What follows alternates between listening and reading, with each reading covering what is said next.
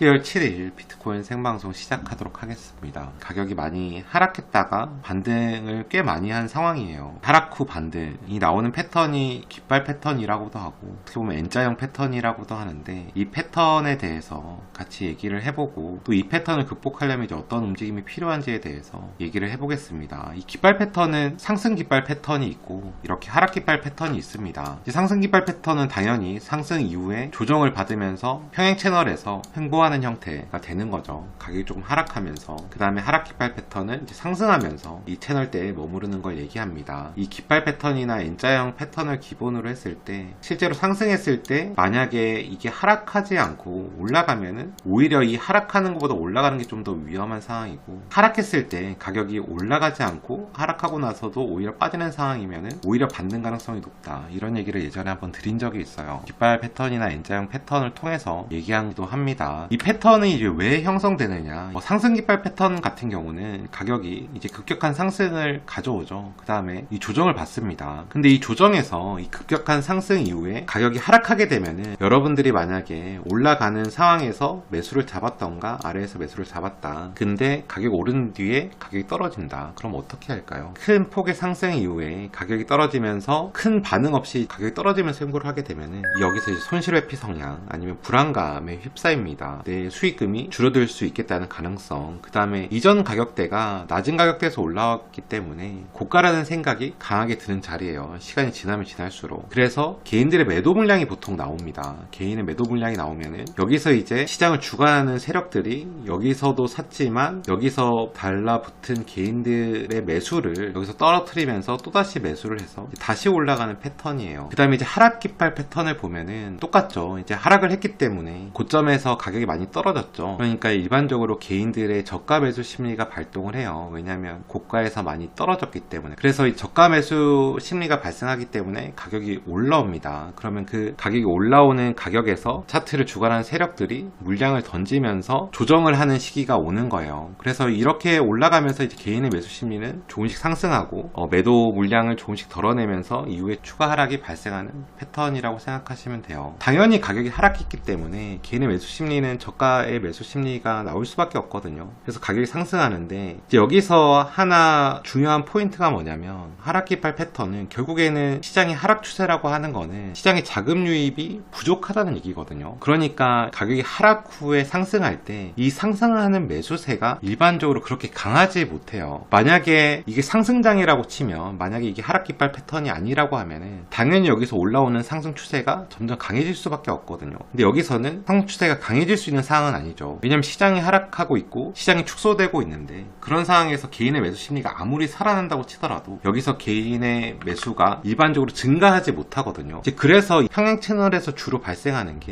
이 고점에서 다이버전스가 많이 발생합니다. 고점은 올라가는데 부조지표는 하락하는 현상이 발생하는 경우가 많아요. 그래서 그 부분을 하나 체크를 해봐야 되고, 두 번째는 처음에 여기에서는 저점의 매수 성향이 발생해서 개인들의 매수가 많이 들어왔지만 올라갈수록 시장 참여자나 시장에 있는 자본이 많이 빠져나갔기 때문에 이 거래량이 점점 줄어드는 현상이 보통 나타납니다. 그래서 하락 깃발 형태에서 우리가 만약에 이런 형태로 이렇게 채널을 그리게 되면 그 채널에서 다이버전스가 발생을 하는지 아니면 거래량이 빠지고 있는지 관찰을 하게 되면 조금 더 효과적인 시장에 대한 분석을 할 수가 있어요. 만약에 이게 올라가려고 하면은요, 결국은 이 자리가 이제 시장에 관심을 모으면서 사람들의 관심이 결국 확대돼야 되는 시기거든요. 그래서 일반적으로 거래량이 올라가는 게 정상입니다. 이렇게 평행 채널 자체가 하락 다이버전스를 그리는지 거래량이 하락하는지 보는 게 중점적으로 볼 수 있는 부분이고, 그런 거와 동시에 이렇게 저처럼 저항선을, 그러니까 이 저항선이라는 게 사실은 저항선이 발생하진 않았거든요. 이 선에서 저항을 맞지는 않았어요. 이 앞에 있던 지지선이 원래 뚫고 내려가면 저항선으로 작용을 하기 때문에 만약에 이렇게 가면서도 저항선을 뚫게 되면은 오히려 또 긍정적인 부분이 나올 수는 있는 거죠. 그래서 하락하고 상승은 어떻게 보면 당연한 거거든요. 왜냐면 하락을 얼마 정도 했으면 당연히 상승이 올 수밖에 없어요. 근데 이 상승이 상승의 흐름으로 가는 건지 그냥 일반적으로 하락 깃발 패턴의 일부분인지 그 부분의 여부를 판단하는 게 굉장히 중요합니다. 그래서 이렇게 저항선을 체크를 해놓거나, 어떤 분들은 하락 깃발 패턴에서 상승 추세선을 그려가지고 돌파할 때 원래 매매하는 전략이 있긴 있어요. 근데 일반적으로 제가 예전에도 주식에서 테스트 해봤을 때 이 상승 깃발 패턴에서 이 깃발 모양이 일반적으로 평행 채널을 잘 그리지 않더라고요. 이탈하는 경우가 주로 발생하고, 이 명백한 평행 평행 채널이 나오지 않아요. 그래서 이 평행 채널을 이탈 때 매도하는 거는 좀 위험한 트레이딩이라고 생각을 합니다. 이렇게 평행 채널을 만약에 그리면서 올라간다고 하면은 하락 다이버전스나 거래량을 좀 집중해서 보는 게 더 효과적일 수도 있어요.